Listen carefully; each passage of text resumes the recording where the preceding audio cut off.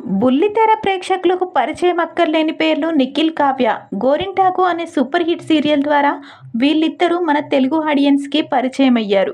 ఈ serial shooting సమయంలోనే వీరిద్దరూ ప్రేమించుకున్నారు. ఈ జంట కలిసి ఎన్నో షోస్లో కూడా కనిపించారు. కానీ అకస్మాత్తుగా ఏమైందో తెలియదు కానీ వీళ్ళిద్దరి లవ్ బ్రేక్ అయింది.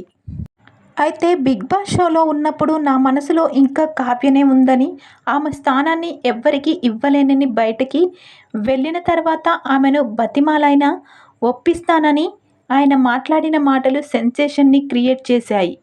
కావ్య మాత్రం నిఖిల్ మాటలను నమ్మలేదు. డ్రామాలు ఆడుతున్నాడంటూ ఇన్స్టాగ్రామ్లో స్టోరీలు కూడా పెట్టింది.